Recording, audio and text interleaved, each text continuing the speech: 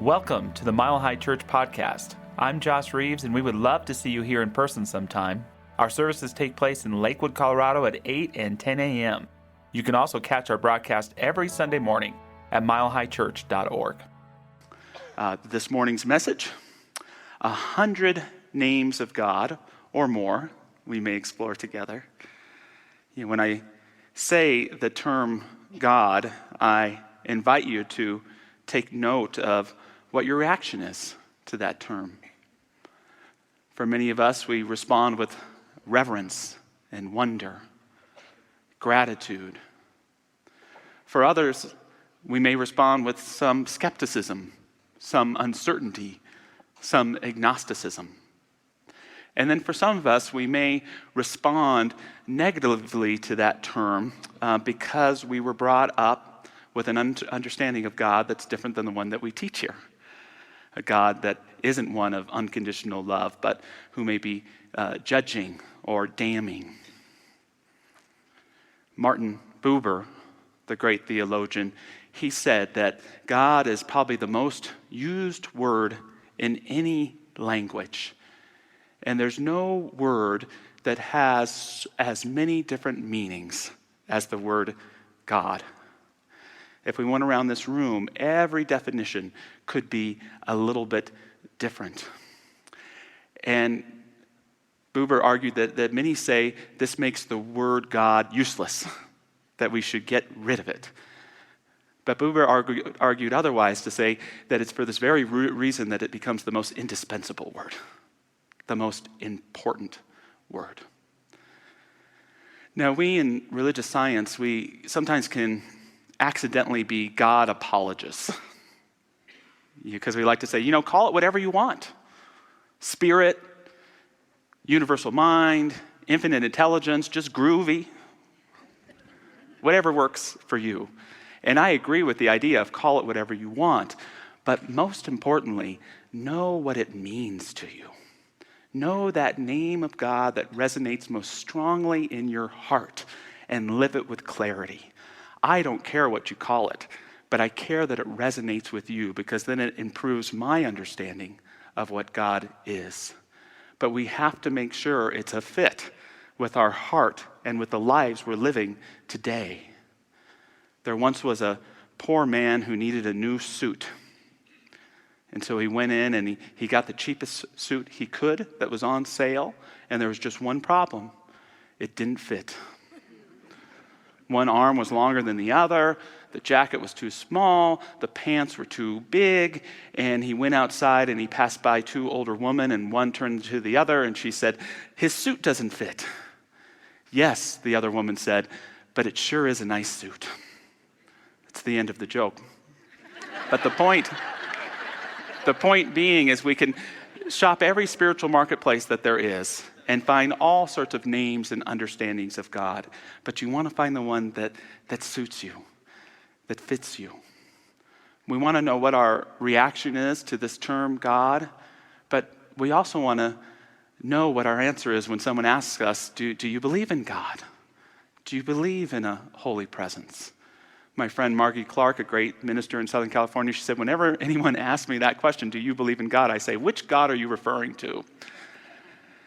And that's true. If you were to ask me if I believe in God as opposed to in the sense of a man in the sky looking down and meddling in different affairs here or there, I would say that's not the central God of my belief, although I respect that point of view.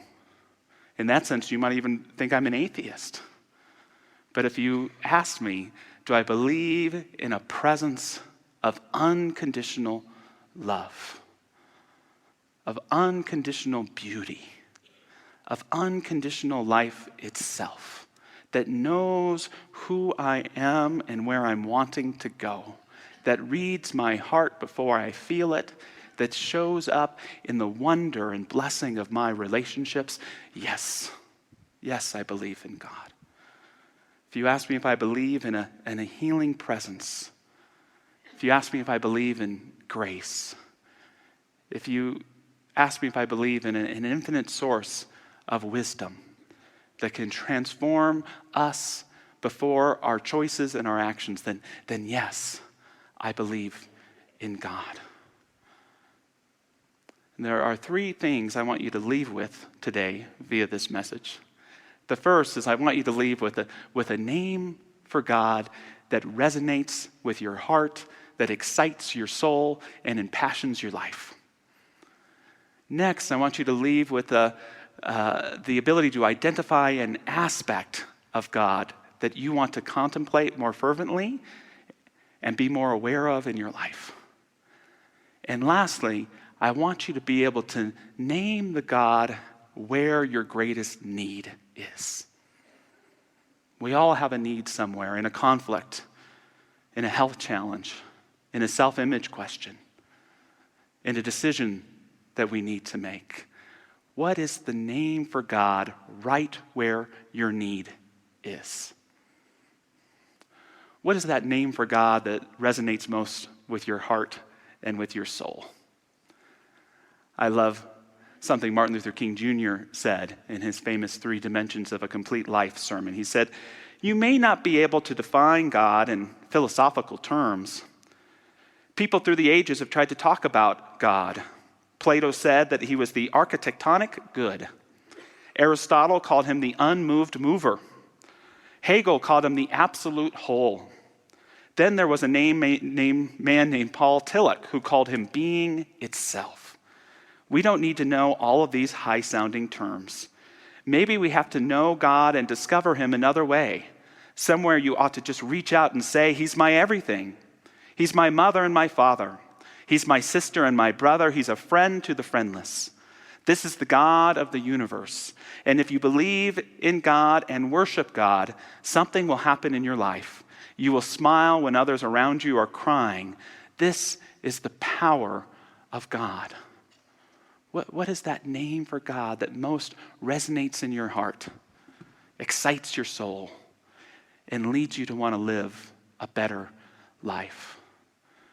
The name for me that's most resonant right now, Dr. Patty put in her prayer, the stillness. I love that name of God, the stillness. To know in this noisy, sometimes seeming upside down world that never shuts up, there's a stillness. There's a quiet. And that in this stillness, there is a bottomless wellspring of infinite wisdom, knowingness, trust, flow, compassion, self-acceptance. The stillness, even when I can't shut myself up because I'm in anxiety or stress, or victimhood, or story. It's always right there, wherever I am, speaking to me with the loudest voice of silence that it can, calling me to remember who I am and what it is, the stillness. What's your name for God? Anybody? Love, beloved.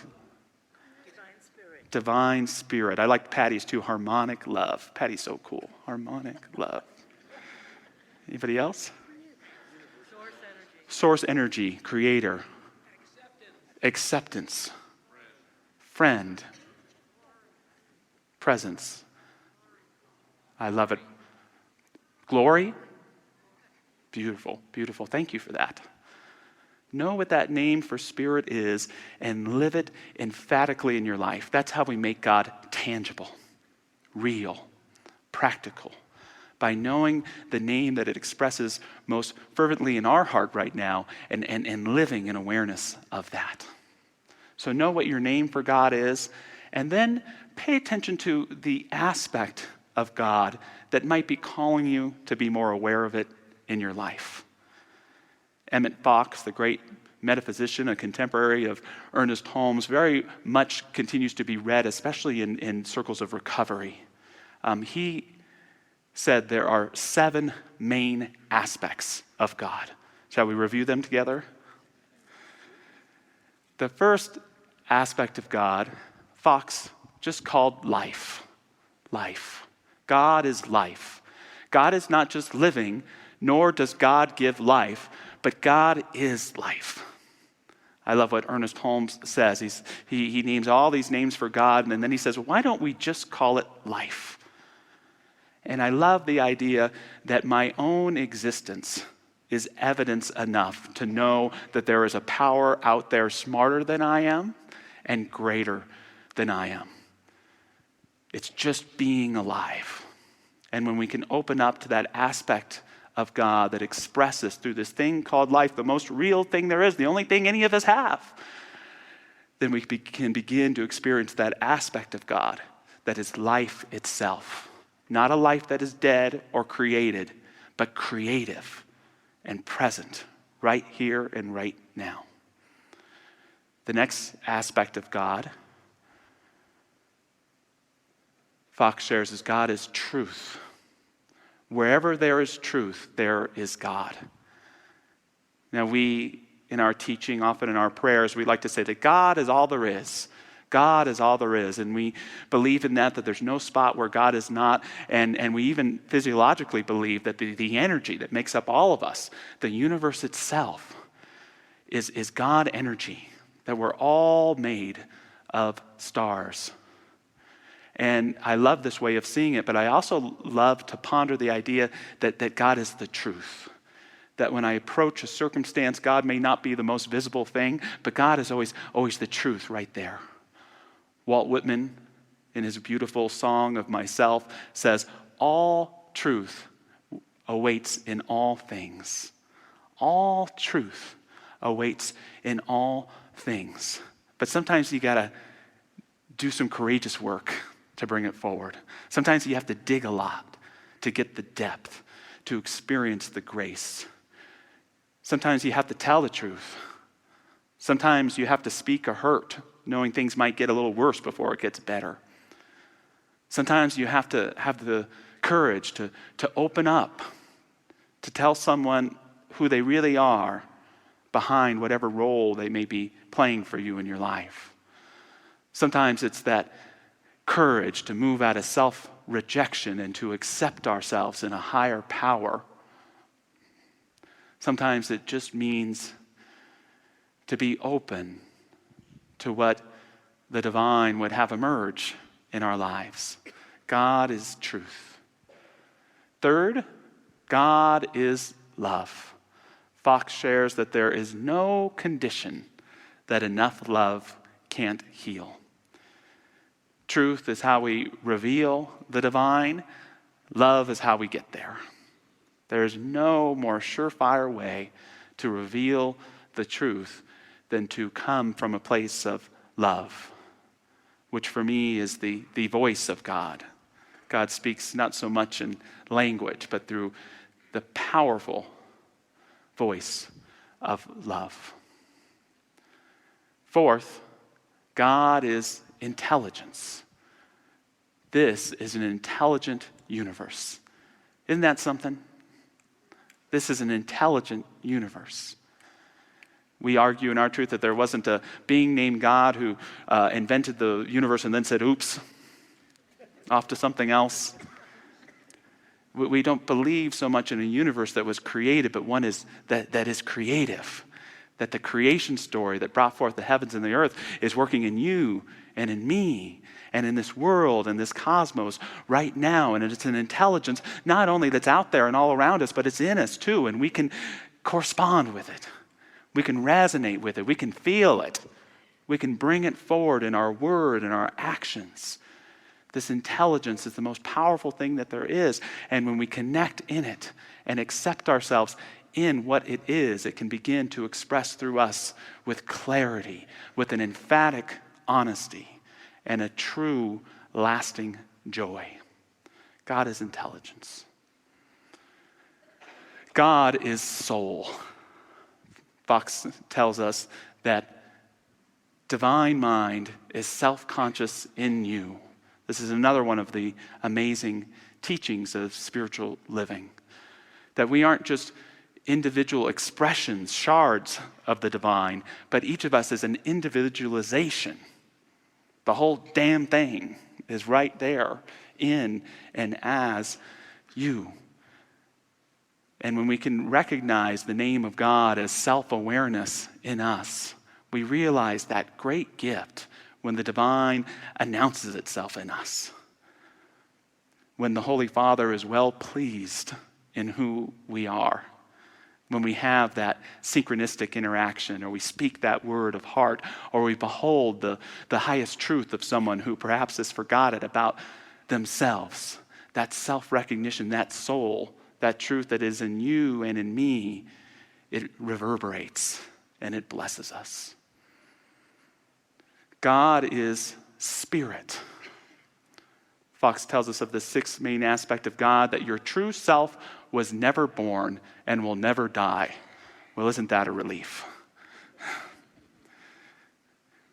Do you know the eternal part of you?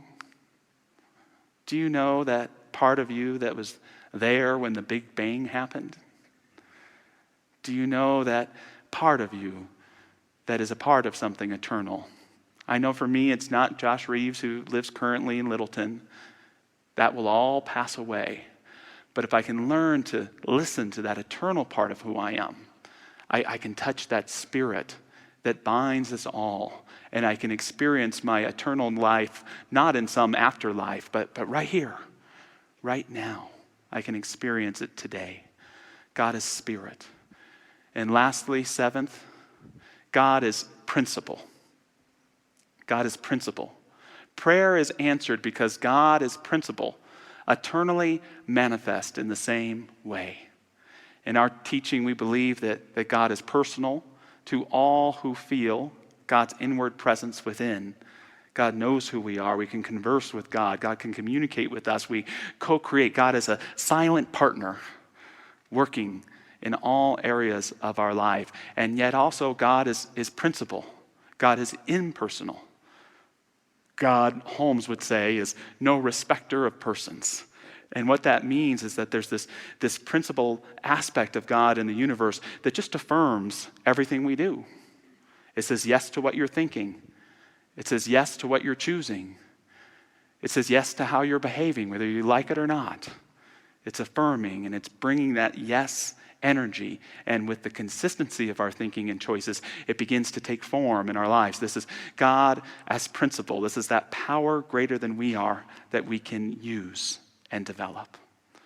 What is that aspect of God that most calls to you from that list I just read? You know, there's no greater sacrament to me than our own understanding. It is your own understanding.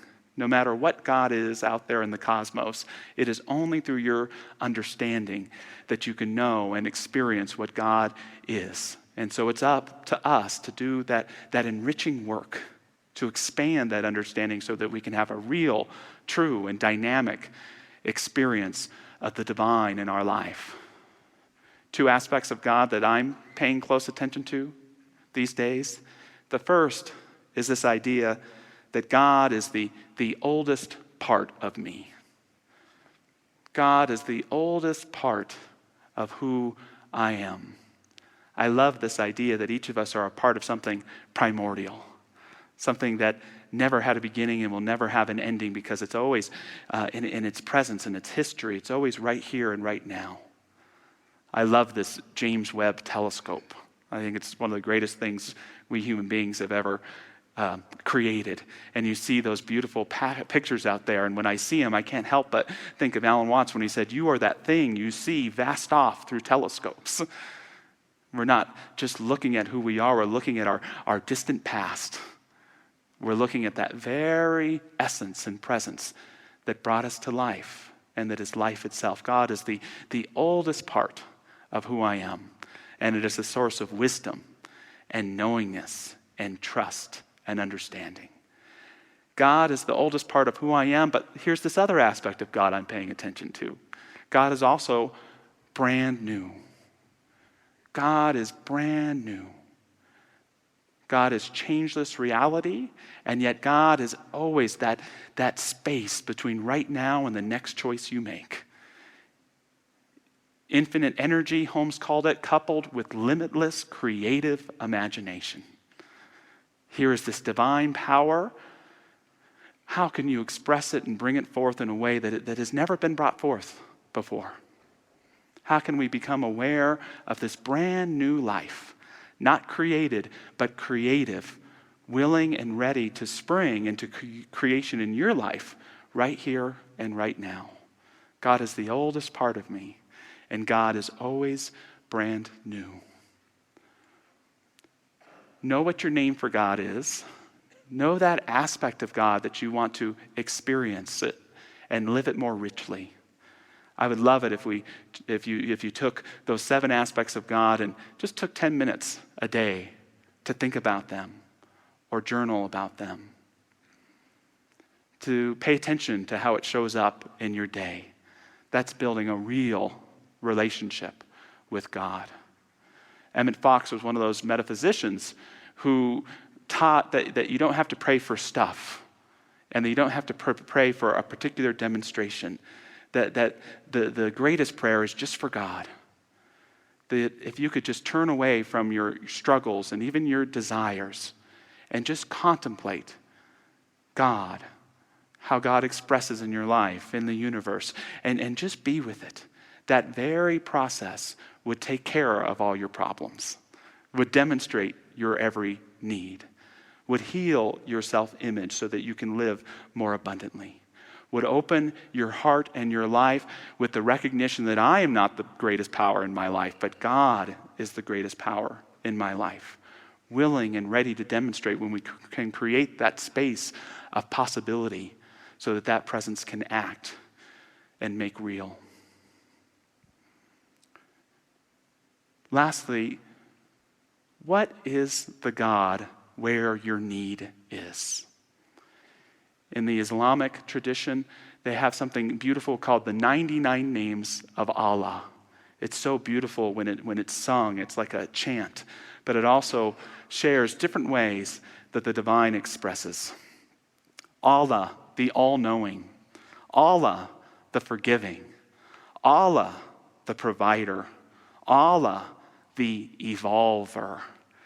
And I love it so much because we can have the God of our understanding, and then there's the God that shows up through virtue, through qualities of being.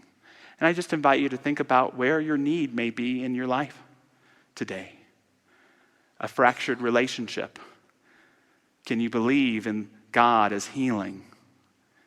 As God as reconciliation? In God as forgiveness? Are you broke? Can you believe in God as abundance, as infinite source, as endless potential? You're in a place of self-rejection or stress and anxiety. Can you create the space for God to be peace, to be self-acceptance, to show up as grace? You know, a lot of people, philosophically, we approach God and say, God, show me a sign. If you're really real, show me that you're there. Prove yourself to me. And that doesn't work for me because it is my belief that our very existence, the very purpose of our existence is to prove the existence of God, is to prove it to ourselves, through identifying these names and qualities of the divine, and with a faith that knows it is done unto us as we believe, to create the space for that peace that we can't muster within ourselves to come forward, for that abundance to make itself known, for that beauty to reveal itself, to show that it's been there all along, for that healing and that forgiveness to take your heart, uplift and transform it and turn it back into gold. What is that name of God? And what happens as we continue to know these names and to bring them forth in our lives? We make God real. We make God apparent. And we discover the true meaning of our lives. Not only that we are here for God, but that God needs us to bring forth all of the beauty, all of the grace, all of its incredible names into our everyday reality. May we weave them with intention. May we receive them with a joyful heart. What a gift. What a gift. To close with some words from Martin Buber, who began our talk today. He shared, "You know always in your heart that you need God more than everything. But do you not know too that God needs you? In the fullness of his eternity needs you. You need God in order to be, and God needs you for the very meaning of your life." So just moving into prayer this morning, invite any of our practitioner prayer partners who'd like to stand.